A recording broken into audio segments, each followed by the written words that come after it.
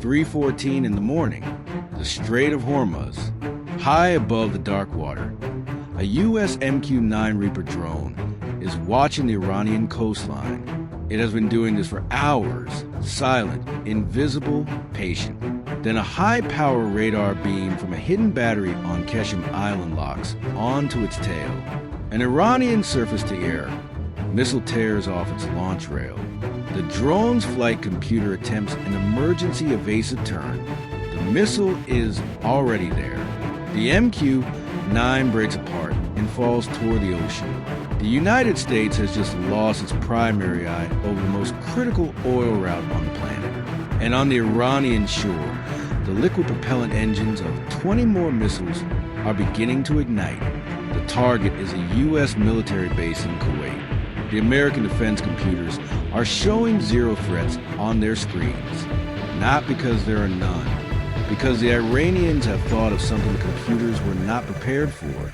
At 3:28, the ground 40 miles away just across the Iranian border begins to shake. 20 heavy trucks disguised as standard shipping containers pull off a quiet dirt road. The roofs slide back. Inside are mobile launchers that have been invisible to satellites until this exact second. 20 Fateh 110 ballistic missiles ignite simultaneously and shoot straight up to the edge of space before tipping over and falling back toward the base at 3 times the speed of sound. But the missiles are only the first half of the strike, while American radar is focused high into the sky. 50 Shahid 136 loitering munitions launch from flatbed trucks and begin flying low toward the same target. The U.S. defense system at the base is one of the most advanced ever built, but it has a physical limit. If you throw 1 or 2 objects at a person, they catch them. If you throw 70 simultaneously, they freeze. As the missiles and drone converge, the radar computers begin to ghost. The drones are flying in such tight formation that the system reads them as a single large object. Then they split apart. The computer hesitates for a fraction of a second, long enough to matter. Then the interceptor missiles launch, and they veer off course. They spin into empty desert sand. The Iranians have activated a massive GPS jamming system, broadcasting a false signal stronger than the real one across the entire region. The base is firing its best weapons. They are hitting nothing. In the Persian Gulf, a different threat is moving through the dark water beneath the surface. A U.S. aircraft carrier is pushing through the strait at 30 miles per hour, a ship capable of detecting a whale's heartbeat from miles away through its sonar systems. But the Iranian Ghadar-class submarine sitting motionless on the sandy bottom does not have a heartbeat that the long-range sonar can find. It is too small, too quiet. It has been sitting there for 3 days, waiting for exactly this moment. The carrier is moving toward it like a blind giant, its course steady and predictable, held to a straight line by orders from Washington that wanted the fleet to appear non-threatening during ongoing peace negotiations. The sonar alarm on a lead destroyer screams. The Iranian submarine has surfaced 10 miles from the carrier. At this range, the carrier is a sitting target. The American destroyers cannot respond with depth charges. An explosion that close would damage the carrier's own hull. They cannot fire torpedoes into such shallow water. They cannot call for air support without the Iranians intercepting the communication. A $13 billion warship and 5,000 American lives are being held hostage by a submarine that costs less than a single U.S. fighter jet. The U.S. has the biggest guns in the water. The enemy has the perfect position. The decision is made. 2 F-35C stealth fighters launch into the night sky. Their mission is to find and destroy the mobile radar stations on Qeshm Island that are guiding the missiles toward Kuwait. But when the pilots reach the target area, they face a problem that no amount of stealth can solve. The Iranian military has not hidden its radar equipment in reinforced bunkers or under desert camouflage. They have placed it inside brightly colored standard shipping containers in the middle of the Bandar Abbas commercial port, surrounded by civilian freighters carrying oil, food, and medicine belonging to neutral nations. Firing into that port means killing innocent civilians and sinking ships from countries that are not part of this conflict.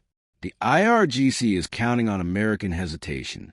The F-35s are circling at 30,000 feet, invisible and useless. Every second they wait, the missiles get closer to Kuwait. Then the EA-18G Growler arrives. An entire tactical situation reverses in under 60 seconds. The Growler does not try to fight the jamming. It does something more elegant. It listens to it. The Iranian GPS jamming signal is a powerful, constant, omnidirectional broadcast, a loud scream in the electromagnetic spectrum. To the Growler's passive emitter location system, that scream is a lighthouse. The louder the Iranians jam, the more precisely the Growler can locate them. Under the Growler's wing, an AGM-88 HARM missile ignites. The HARM does not look for a physical shape.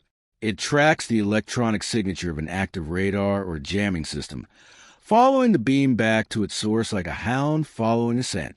The Iranian commander on Qeshm Island sees a HARM on his threat display and understands the trap in an instant. If he keeps his radar active to guide the missiles toward Kuwait, the HARM follows that beam directly into a shipping container. If he shuts it down to save himself, the missiles lose their guidance and fall harmlessly into the desert. There is no third option. He cuts the power. The HARM remembers the last known coordinates of the signal and continues its dive in complete silence. It hits the orange shipping container with pinpoint accuracy. The warhead uses a focus blast that destroys the radar equipment and kills the crew without touching civilian ships 40 meters away. The eyes of the IRGC on Qeshm Island are gone. The base in Kuwait snaps back to life. The radar screens, which have been a storm of flickering ghosts and false signals, suddenly resolve into a clear picture. Standard missile, 2 interceptors launch and streak toward the falling Fateh, 110 ballistic missiles at 4 times the speed of sound. The Iranian missiles turn into fine mist 5 miles above the desert. The Shahid drone swarm, 50 drones that were supposed to overwhelm the base's defenses, now faces a system that can see them clearly. The U.S. response is not the $2 million interceptor the IRGC plan around. It is the APKWS, a decades-old unguided rocket fitted with a $25,000 laser guidance kit that turns a cheap piece of legacy ordnance into a precision weapon. Laser designators on the base paint each drone. APKWS rockets launch in groups of 4. Within 3 minutes, 30 of the 50 drones are destroyed. The remaining 20 fly into the CIWS phalanx, a wall of 20-millimeter tungsten that shreds anything that enters it. The base holds. In the Persian Gulf, the submarine that was holding the carrier hostage has lost its only advantage. The moment the jamming dies, fleet communications are restored. The carrier group knows exactly where the submarine is. A U.S. destroyer moves directly over the submarine's position and begins dropping depth charges in a circular pattern. Not to sink the submarine, but to create sustained hydraulic pressure that makes it impossible for the crew to maintain depth control. The submarine is battered by continuous underwater shock waves. Its batteries are failing. Its crew is terrified. The U.S. commander transmits a low-frequency message directly through the water to the submarine's hull. The message contains 2 words: surface or die. The small black conning tower breaks the surface of the Gulf 300 yards from the carrier's hull. The weapon that could have sunk a $13 billion ship is now a floating metal box surrounded by enough firepower to erase it in seconds. The U.S. did not have to destroy it to win. Pressure and patience accomplish what torpedoes could not. The IRGC makes one final move. 30 fast attack boats tear out of hidden coastal inlets and race toward the carrier at 50 miles per hour. The carrier does not move its 5-inch guns. It launches 4 MH-60 or Seahawk helicopters, which hover 3 miles away, completely beyond the range of the boat's weapons, and began systematically destroying the lead vessels with AGM-114 Hellfire missiles. The first 6 boats are gone in under 60 seconds. The remaining 24 see the fireballs on the water. They turn around and do not come back. Before this video ends, there is something about the Hellfire missile that almost nobody mentions. Its name is actually an acronym, Heliborne Laser Fire and Forget. But the origin of the weapon has nothing to do with combat. When the Hellfire was first being designed in the 1970s, it was not conceived as a weapon at all. The original engineering concept was a heavy-duty land-clearing tool, a system that would allow helicopters to remove thick brush, trees, and terrain obstacles ahead of advancing tank columns. The same missile that destroyed Iranian fast attack boats in the Persian Gulf tonight began its existence as a piece of forestry equipment. In modern warfare, the most dangerous weapons are not always the ones built for war. Sometimes they are the ones that simply turn out to be very good at it.